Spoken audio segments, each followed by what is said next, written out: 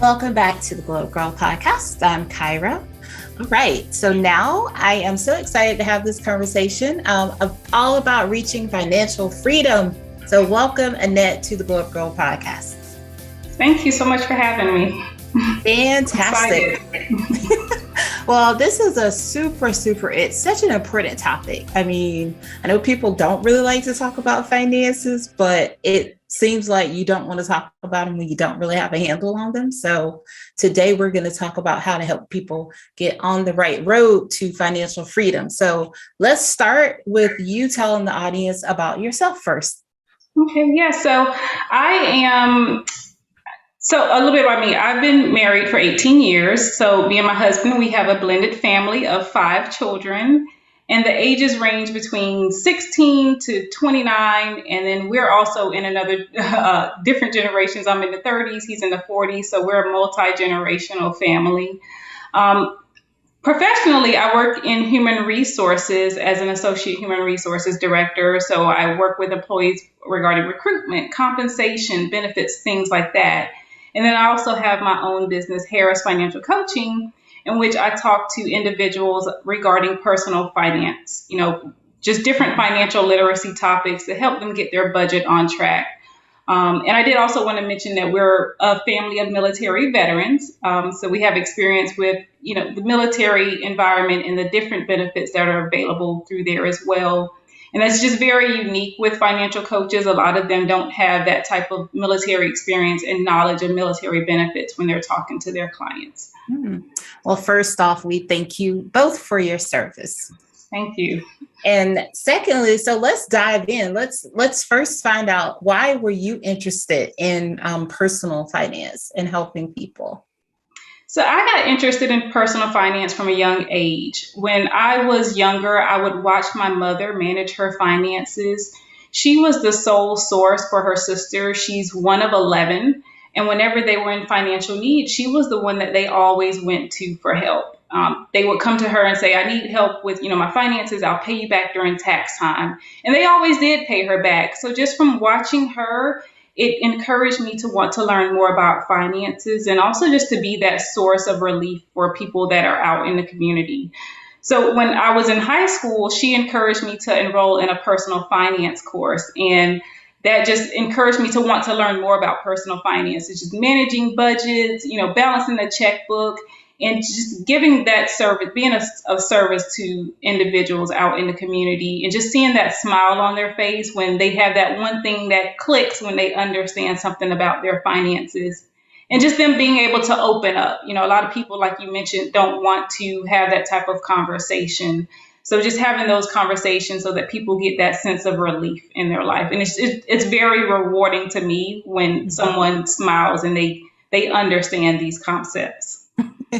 Exactly. I would imagine that, because I think, it's awesome that at a young age, you saw the value in learning how to manage your personal finances, because a lot of people don't have that, or a lot of people maybe saw their parents struggle, with finances. So I think it's really great to be able to instill that at a young age. So absolutely. And I even did the same thing with my daughter. So she's 16 now, but at the height of COVID, she was 15 years old. And during the summer, she had nothing to do. And I said, you know what, take that online personal finance course. And it just opened up her world to managing a household. And she started asking me questions, and we started having that conversation. And we still have conversations about money. So it's very important to start these conversations at a young age. Yes. So when people come to you, before you begin the steps to help them, become debt free, obviously you have a story of how you became debt free. Can you talk a little bit about some of the steps that you've taken to get to where you are now? Absolutely. So the first step in that was having a conversation with my spouse. So we met 19 years ago. This year will be 18 years. When we were dating, before we, got really serious, we had conversations about money. We went in separate rooms and we wrote down our goals. Like what do our goals look like 5 years from now? So having that conversation ensured that we were on the same page with our finances. And that also helped us to plan for future goals as well. So for us to become debt free, what we did was we saved a lot of our income. We paid down debt and saved our income. So whenever we would purchase a vehicle, we would pay more than the minimum towards that vehicle purchase. So we would pay our regular payment, and then we would pay additional on the principal, so that instead of paying it off in 6 years, we paid it off in 4 years. And every time we purchased a vehicle, got a used car and switched it out for a new car, we would continue to pay more than the minimum, and also continue to pay our credit card bills off monthly. We never carried a balance on our credit card bills. So just paying that off monthly enabled us to eliminate any interest or fees. And the big thing was our mortgage. So we got our mortgage back in 2012, and we constantly were paying off our debts. So my husband had a boat. He just had to have that boat. So after we paid off the boat and the cars, we had this conversation. I said, let's take that money that we used for the boat and the car and let's put it on the house. So we were able to triple our mortgage payment and pay it off in 8.5 years instead of 30 years. And to do that, we would pay our monthly payment, but then we would also pay additional on the principal, and that was key. And that ended up saving us $140,000 in interest because we're, tripling our mortgage payments. And the final thing is just continuing to save. We were saving, maintaining our current standard of living. Every time we got a pay raise, we would either put it in savings or apply it towards whatever debt that we had so we could pay it down faster. Well, that's awesome. I'd say congratulations to you, because that is super inspiring to hear the work that you all put in to reach this stage. Thank you. And I'm sure that boat was on your husband's goals when you met. He said, get a boat is on my goal. But we had our daughter in private school, and as soon as we took her out, he was like, can I get the boat? And I like that you talked about that, because I think it's important for people to understand that you can work towards, becoming debt free and still have the things that you want to get in life. Like you can still purchase things for yourself. So I would say, Annette, I have a question as far as if people out there, they may be in a relationship, say couples who are dating and may be heading to that next stage of their lives together. And then also I'd like to talk about like younger people who may be in college as well, because I think that a lot of people, when college is the thing that like messes people up. And it's so funny. I was, of all the things last night, I was lying in the bed and I was flipping the TV and I saw this episode of I think American Dad, and it was like I'm gonna go off here for a second, but it's very relevant to the conversation. The alien on the show, Roger, like goes to college, and when he steps on the college yard, it's just all these people like trying to give him credit cards. And he's like, I got a Discover card. And then all of a sudden he's like maxed out the card. He's like super like in debt and trying to figure out how to pay his bill. And this is real life, because this happens. I remember when I went to college, it was just like, all these tables set up. And it's like, here, mortgage your future away to us with these with these credit cards. And I was like, okay, maybe like, yes, I should have one for school, because everybody's like telling you need to build your credit. But, but you can't go overboard. And a lot of people go overboard. And I think so what advice would you give, say, to somebody out there who may have been in college now, and been out of college, just like a new graduate, and they may have accumulated some debt, and they're trying to get that down, but also trying to like enter, into their lives and take care of themselves. Right. Absolutely. I think like you said, it's just managing how much debt you have and the credit cards that you apply for. Every time they send you those offers in the mail, or if you see them on college campuses, or even for me outside of military bases, like you don't have to take advantage of those things. They're saying this is what you're eligible for, but you don't have to take advantage of all those offers if you are unable to manage it. Like you said, Roger had everything maxed out. So it's managing that debt, paying down your balances the best you can. And for me, what I did was when I did have credit card balances in the past, in order to manage it a little better and pay it down faster, I rolled mine over into one that was a balance transfer fee. It was like 6 months. You have 0% interest. So I paid down as much as possible until that interest rate went back up. And in my experience, what I did, I was able to pay off that debt and eliminate all the interest that was applied to it before the interest rate changed. But then you, again, have to look at that future interest rate as well. Is it 6% or is it 24%? And do you have the ability and the income to pay it down before that interest rate hikes up? So again, and a lot of this, again, starts at home, educating your children about these offers, because there are predatory lenders or these credit card companies that are out there on college campuses, because they know that young individuals don't have that financial knowledge about managing their finances, and they're out on their own now. And it's like, okay, here's $10,000 credit card or $5,000 credit card. So just managing that and just knowing your limits when it comes to credit. Yeah, because it's amazing how much credit you can get when you have no job. Yes, absolutely. And I with my business, I keep getting credit card offers, and I'm like, nope, I don't need any more business credit. Like, just shred it. Exactly. I know I do that at home. I'm like, no, thanks. I'm like, all the credit cards in our house are like for emergency. Like, I'm like, if we cannot buy it with cash with what's in our checking account, then we don't apparently need to have it, because they cannot. When people are like, oh yeah, you can just pay if you want to go on vacation, just put it on your credit card, and that may work for some people. I'm just like, no thanks, I'll just pay for it. And you brought up a good point. I think it is key, when you can pay cash for that item, pay cash for that item.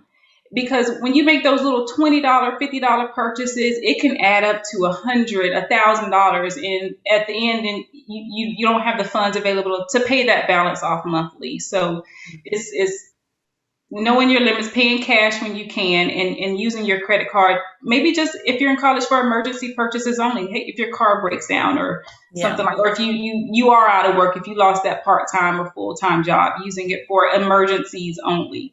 Yes, because they'll definitely tell you the emergencies, like the car breaking down, those things will come. And it's really important. Like, that is when it comes in handy. You're like, whew, I can use this card because I don't have, all this money to like come out of my pocket with today. And so, right. But like you said, it's still important to try to pay off try to pay it as quickly as you can when you use it. So that's some really good advice. I mean, because as you can tell, I have flashbacks, because I was one of those people. I am willing to admit to everyone, I am one of those people in college, and I had a credit card, and it was out of control.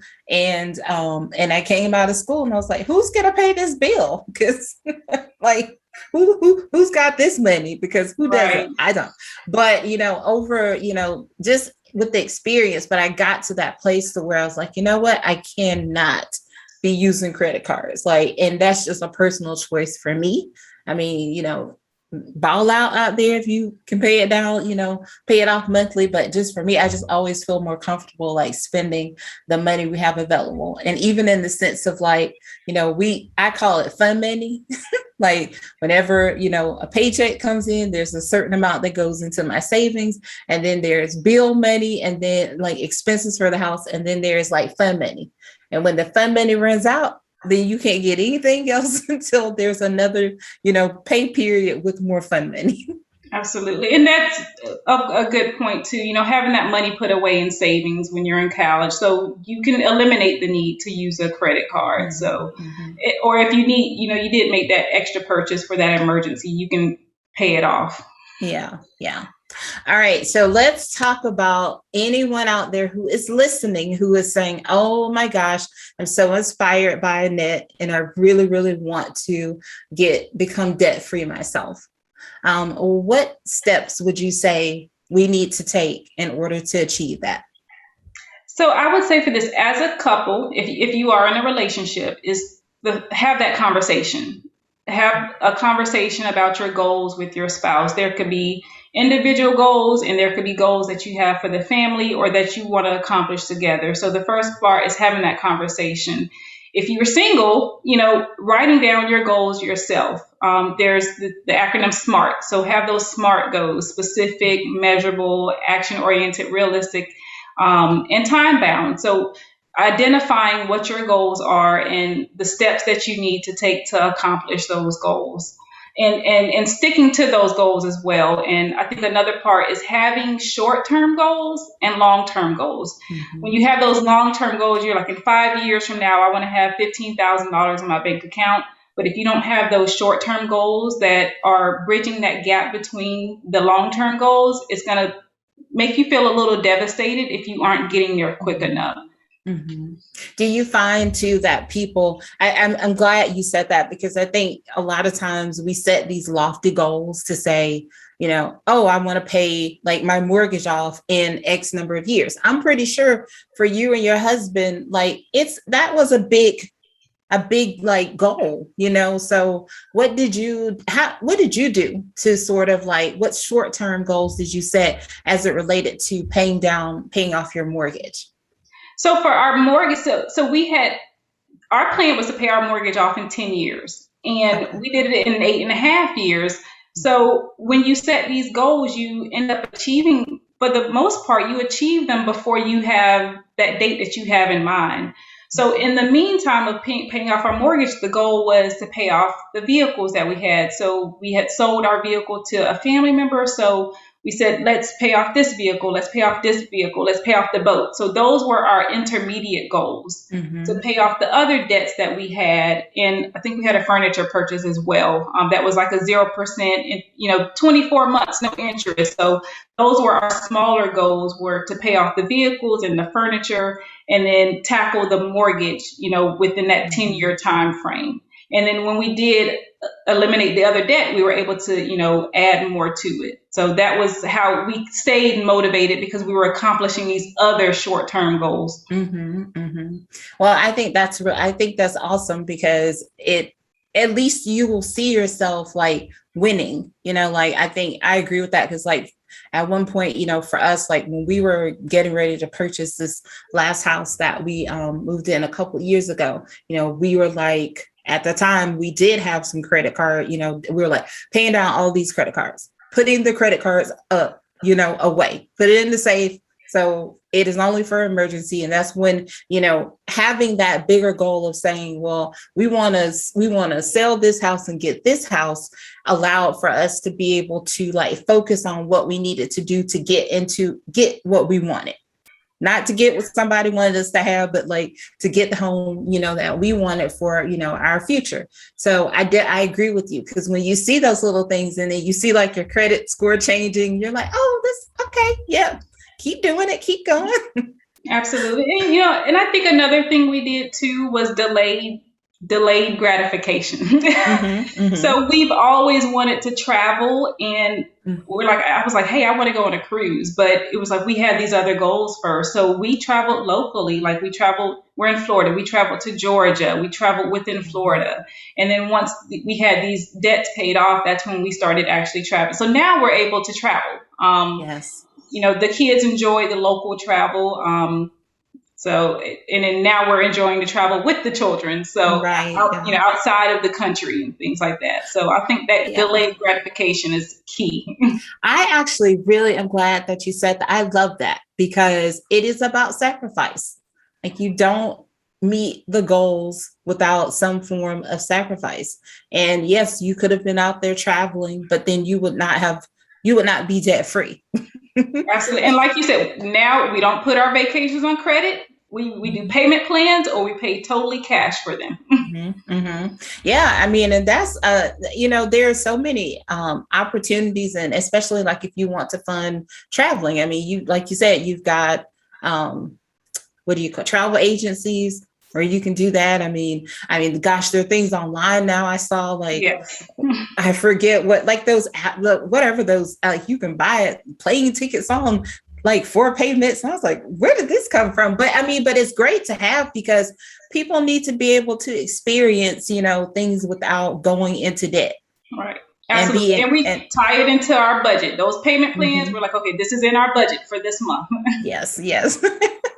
Well, and then another thing you mentioned was how you had your daughter and educated her and had her to take a course. What other advice can you give to parents out there about some tips on how they can start to teach their children about finances? I think the first is make learning about money fun. It's not always fun, and you don't always want to tell your child, I make $50,000 a year, I make $100,000 a year, because you don't know what they're going to tell their friends. So incorporating games into it is a great way to do it. There's games like Monopoly. What's the other game? Monopoly, the game of life. That one takes you through different stages of life, when you can have these conversations with your children. Do I want to start a career? Do I want to go to college? All children aren't going to go to college. I didn't go to college right out of high school. I joined the military. So having them pick between what they want to do and then the financial implications of those decisions. I was just introduced to one game. It's called the allowance game. So this game is very useful to children who are between the ages 5 and maybe 15 years old. So with that game, the child is given an allowance, and then they're able to make decisions based on needs and wants. So do you want to buy that gum? And if you want to buy that gum, you're going to lose some of your allowance. And then the other one was, well, I want to walk the neighbor's dog. Well, if you walk the neighbor's dog, but you forget to do your homework, then you're penalized that way as well. So it teaches them priorities and then managing ways on how they can make money. And then the other thing is just having that conversation with your children. Like if they say, hey, Mom, I want to purchase a PS4. And you say, no, I can't afford it. That doesn't really teach them anything. So having that conversation about, I understand you want this PS4, but it's not within our budget right now. These are some of the things that we have for our family as goals. And, if you have a vacation plan, what's within our budget is that vacation that we're planning for around Christmas time or for this summer. The PS4 isn't in our budget, but can you help me find ways, or our family, ways to save with grocery shopping? Maybe we should make a list, or maybe we can turn the light off to save some money on energy. Or you can also find ways to make income, like, hey, Jeff, you could walk the neighbor's dog as a way of earning income so that you can get that PS4 or the game or anything else that they want to purchase. So having that conversation with your child and not shutting it down, but like most importantly, just making it fun, and games help with that immensely. Yeah, those are all great ideas. And you're right. You can never go wrong. I don't care how old it gets. Monopoly and the game of life are like amazing at like just living like life. But this allowance game, I love that idea. Yes, so I think that sounds great. And I do like that you stress the importance of just not just saying no, but really like explaining the reason behind the budget and why the game doesn't fit into the budget right now. It's like, we're taking a family vacation, game, family vacation game. Yes. But so I think that's really awesome. All right. Well, Annette, let everybody out there know how they can contact you and what type of programs do you offer for those who may want to work with you? Absolutely. So I do have a website, so they can contact me on my website, and from there they can schedule a free consultation. But so the services that I offer, I have weekly coaching sessions. So the weekly coaching sessions are for those individuals who are like in dire financial need, and they need that accountability partner that's there for them on a weekly basis. So there we work through their financial situation. I help them establish goals. I don't establish the goals for the individual because it's specific to that individual.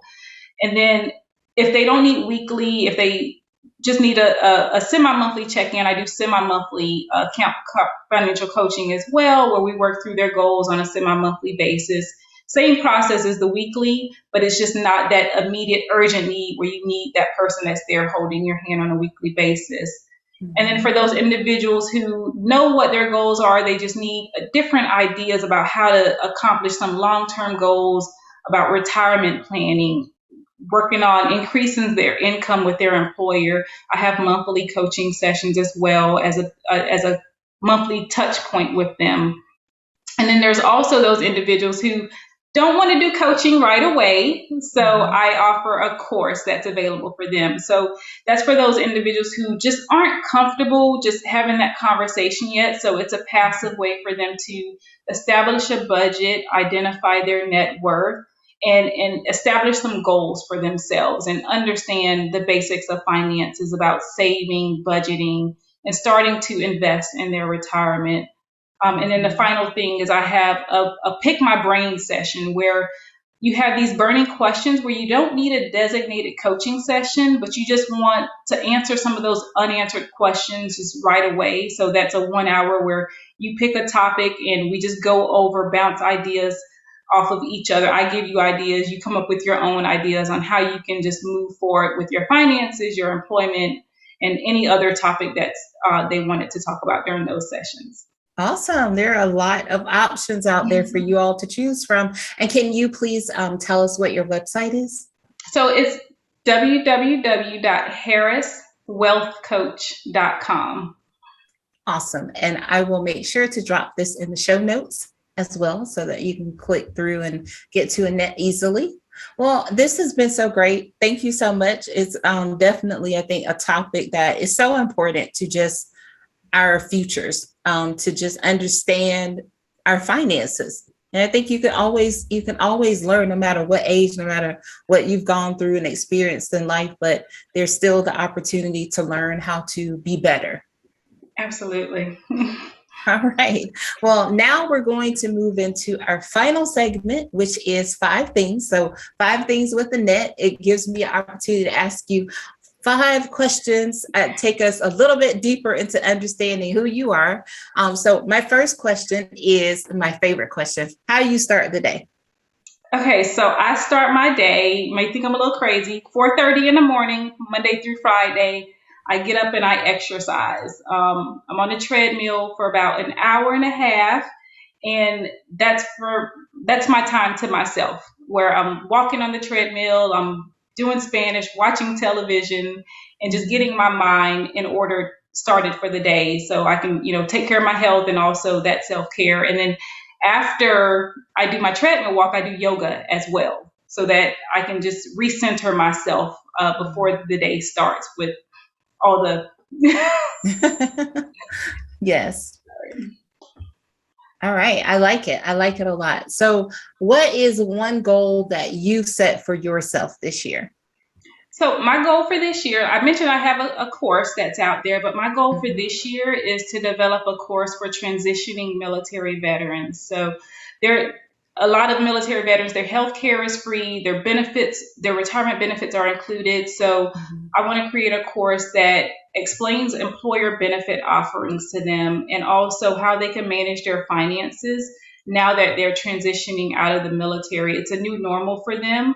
So just having that available for them to, click on and enroll in it right there, it's a beneficial resource that's to them. And there's nothing like there that's out on the market today. You do get your transition briefing, but you don't understand what employers are offering. And this is, for the most part, when people enter into the military, it's their first career, their first time, working with an employer. So transitioning out, you don't know what is available to you until you get on that first job. And it's confusing. It was confusing to me. And I went into human resources, so I know it can be confusing to others as well. So that's my goal, is to definitely have that resource available before the end of the year. So Annette, what do you do when you're not working? What's your favorite thing to do when you're off?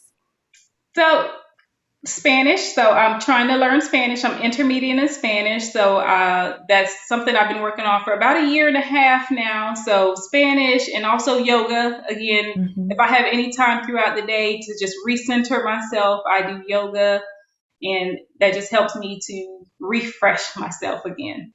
Yes. All right. And what is one thing that you like to do for yourself for self-care? Self-care, again, that's exercising and healthy eating as well. I try to eat as healthy as possible when I can. I'm semi-vegan. So just incorporating different ways to eat healthy. But I'm not 100%, on that. So I do have a yummy snack. I love my chocolate. So I always have to have some of my dark chocolate in the background. So just keeping my health up to date with exercising. Awesome. And lastly, how do you end the day? So I end the day sitting on the couch with my spouse, watching television. That's my way to decompress, free my mind. We watch our favorite television shows together that we can, laugh at or just have conversations about. And then also reading a book that's nonfiction, so that I can, just read the different things that are going on in other people's lives in the books.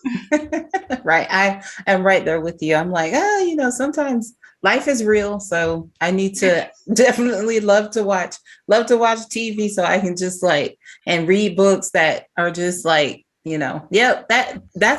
that real life? I don't care, but I'm reading it because it's making me feel good. Absolutely. Well, fantastic. Well, Annette, thank you so much for coming and sharing with us today. And please, please, please come back anytime that you have news you'd like to share with this audience. Thank you for having me. This is a pleasure being here today. Awesome. Well, stay tuned, everyone. I'll be right back.